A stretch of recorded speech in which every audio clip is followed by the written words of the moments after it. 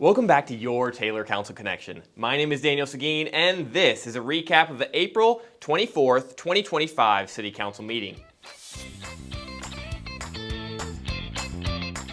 The meeting began with the consent agenda, non-controversial and routine items that can be voted on with a single vote.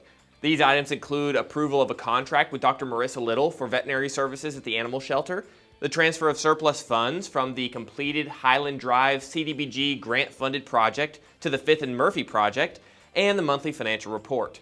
The council then postponed 4 public hearings, 2 related to voluntary annexation and 2 for employment center plans for those proposed annexations.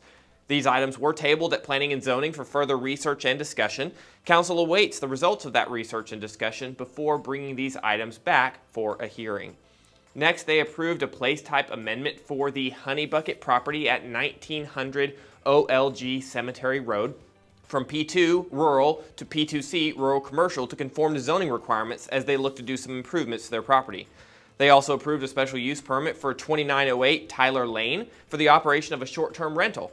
These permits last for 3 years and require the renewal from the City Council after that time. They considered and approved a special use permit and site variances for 2101 North Main Street for the proposed business to operate with a drive-through. The property is located between Pizza Hut and Taco Bell.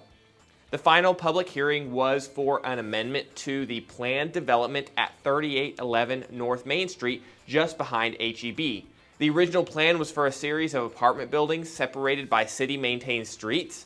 The amendment is for those streets to be private driveways maintained by the complex owners. This change will reduce the construction costs for the developer and make the project financially viable to move forward.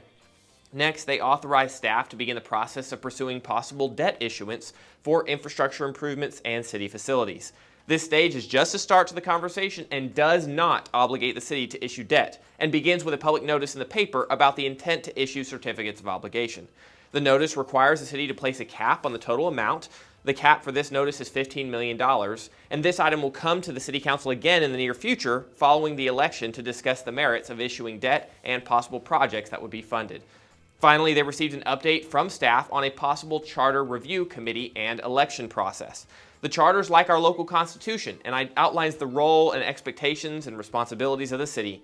Following the charter amendment election last year, it became clear that the review of the charter is needed to identify outdated language and opportunities for improvement.